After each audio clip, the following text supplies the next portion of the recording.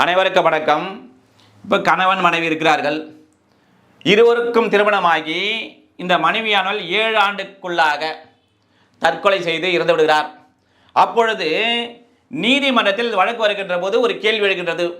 இந்த மனைவியானவள் இந்த கணவனோ அல்லது கணவனுடைய உறவினர்கள், மாமனார் மாமியார்லாம் இருக்காங்கல்ல, அவர்கள் அந்த இறப்பதற்கு சற்று முன்பாக வரதட்சணை கேட்டு துன்புறுத்தியால் தான் இந்த பெண் தற்கொலை செய்து கொண்டாளா என்று கேள்வி எழுகின்ற போது நீதிமன்றத்தில் இந்த நீதிமன்றமானது எவ்வாறு அதை துணிவு கொள்ள வேண்டும் அல்லது அனுமானம் எடுத்துக்கொள்ள வேண்டும் என்றால், இந்த வரதட்சணை கொடுமையால் தான் அவள் இறந்தாள் என்று அனுமானம் எடுத்துக்கொள்ள வேண்டும். இதை சொல்லுகின்ற பிரிவு என்றால் 118 ஆஃப் BSA.